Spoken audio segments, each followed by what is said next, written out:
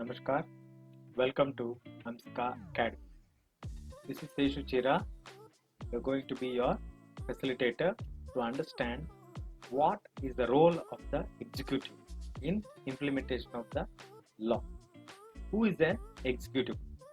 Executive, the functionaries who take the day-to-day work or the decisions but not exercise the supreme power on behalf of the people are known as executives.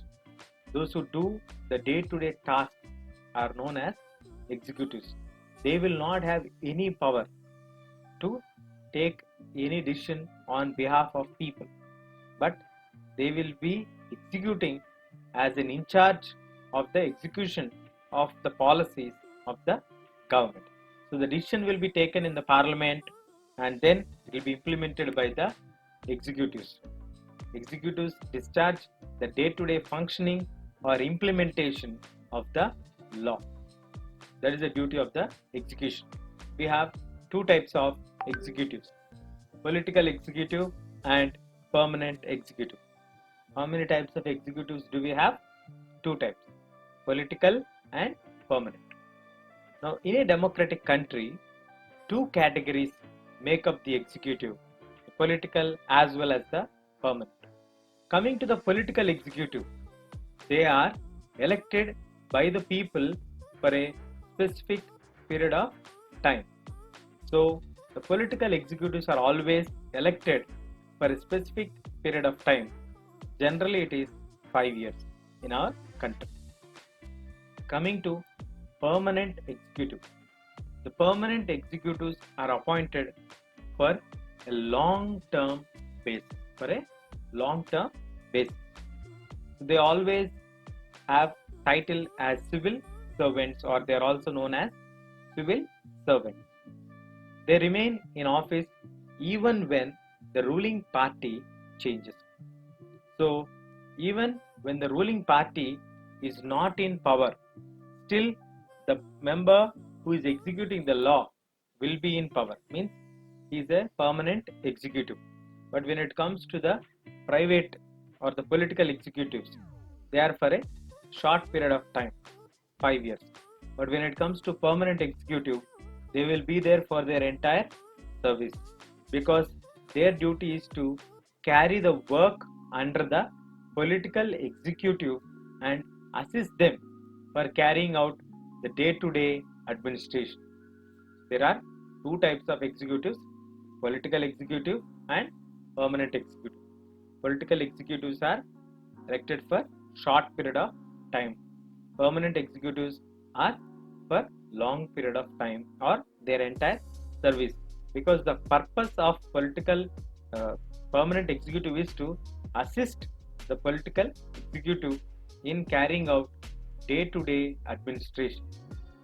That's why permanent executives serve for long term. Powers of permanent and political executives. The political executive has more power than the permanent executive when they are compared.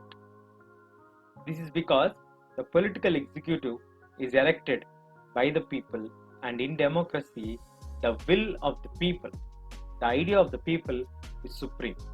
Whomever the people like, those people are the complete boss of the system. That is the basic idea of democracy. That's why the political executives will exercise more power on behalf of people. They are answerable to the people for all consequences. Then, when it comes to permanent executive, they are highly educated and experts in the field or in the subject. Those only become the permanent executives. For instance, an advisor on the finance ministry knows more about economics than the finance minister.